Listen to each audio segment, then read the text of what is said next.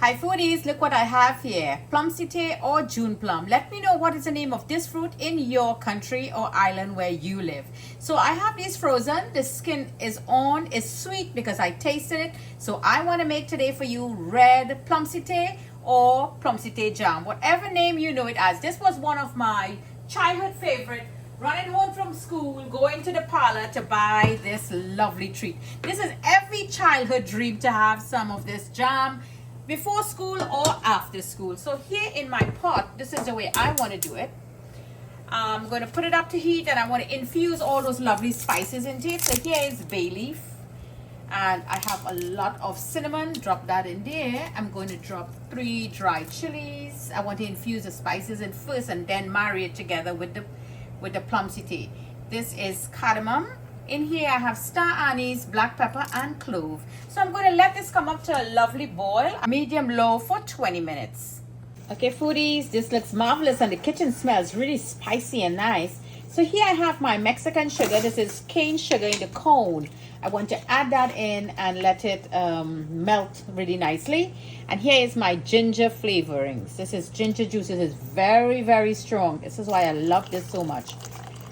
So I love that lovely rich ginger flavor into the spices. So now I'm going to let that sugar melt and then we're going to move on. Okay foodies, that looks really nice. So I took all the bay leaf out. So all I have there is the other small spices, the bay leaf and the chili I took out.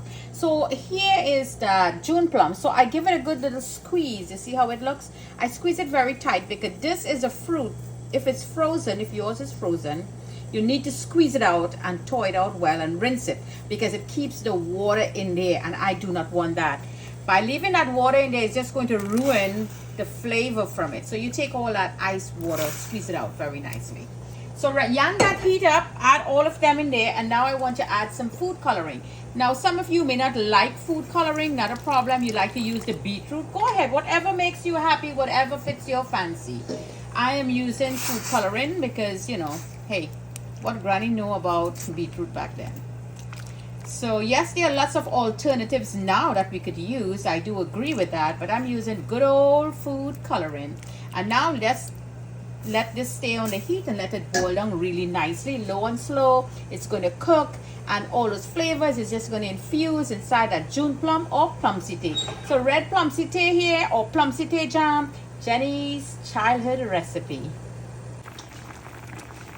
Look at that beautiful boil and look at the vibrant red color in there, and I tasted it. Everything is just perfect. I only wanted to boil down a little more because I like my juice or the syrup, as we would say, to be very much thick, and I want my June plum or Pomeccythere to cook very tender and let all those spices just get into it. So 20 more minutes on medium low and we'll be ready. So there you go foodies, our lovely Pomeccythere or June plum jam. Childhood memories. Each and every one of us do remember these lovely school days. Leave me a comment how many of you remember this delightful treat we all enjoy as kids growing up. Lovely recipe, memory lane here from Jenny's Walk. Like and share this video with your friends and family. Follow me on Facebook and subscribe to my YouTube channel.